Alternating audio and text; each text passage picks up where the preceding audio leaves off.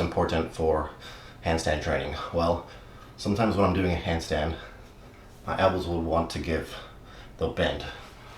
This little thing right there, like that. And at first, whenever they did that, I would just fall straight back down and lose my handstand. But nowadays, since I've developed the strength through push-ups and pike push-ups,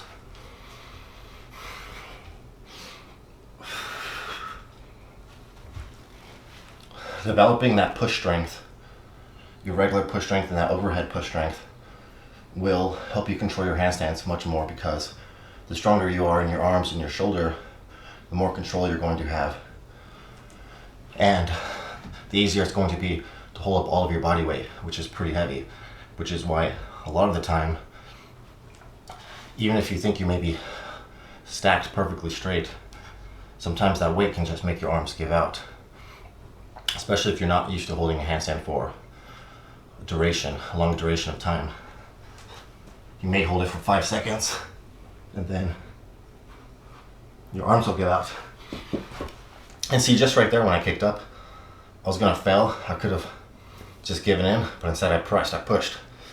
And that strength I developed from push-ups and pike push-ups.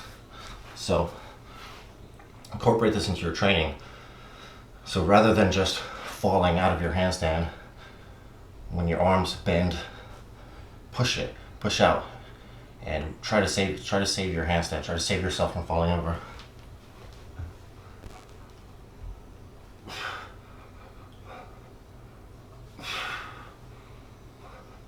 See that? Those saves will allow you to get in a good position.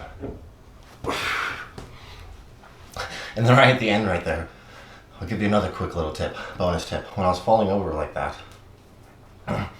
especially when you're looking under, when you want to get your handstand like this,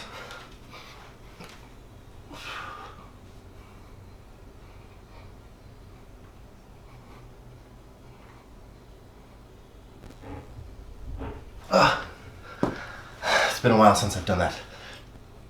When I'm looking under, my body wants to fall over into a back bridge.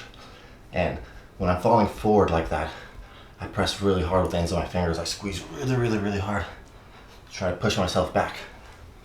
I'm pressing them down to the ground and forward. And just like when you're falling back towards your feet, you release that pressure and you transfer it to your palms, pressing your palms down and back. Pull yourself forward. Check this out. Just using my fingers and palms. Fingers. From squeezing really hard and pushing forward and down, I push my body this way. And I'm gonna do the same things with my palms to make myself fall forward. This might be a little scary. So palms. See, I let go of the pressure of my fingers completely. I actually tried to lift them off the ground a little bit, and I just dug my palms down and pulled them towards me. And as you can see, my body went that way. So when you're balancing, it's all about figuring out that you're constantly transferring the pressure and balancing between your palms and your fingers. When I'm looking under like that, I'm especially pressing really, really, really hard. It takes a lot of finger strength, which I guess you can kind of build up if you go like that or something. I don't do finger exercises, if that's what you're wondering. I just build up the strength from, well, I do play bass guitar, so that has made my fingers pretty strong. But mostly I just practice from looking under and practicing my handstand attempts. But I suppose you can get one of those hand clamps where you can squeeze with your fingers. You've seen those? Strengthen your fingers. The point is, when I look under, most of the pressure is on my fingers. Let's try it again. I'll try to hold it and we'll fade the video out, make it look cool.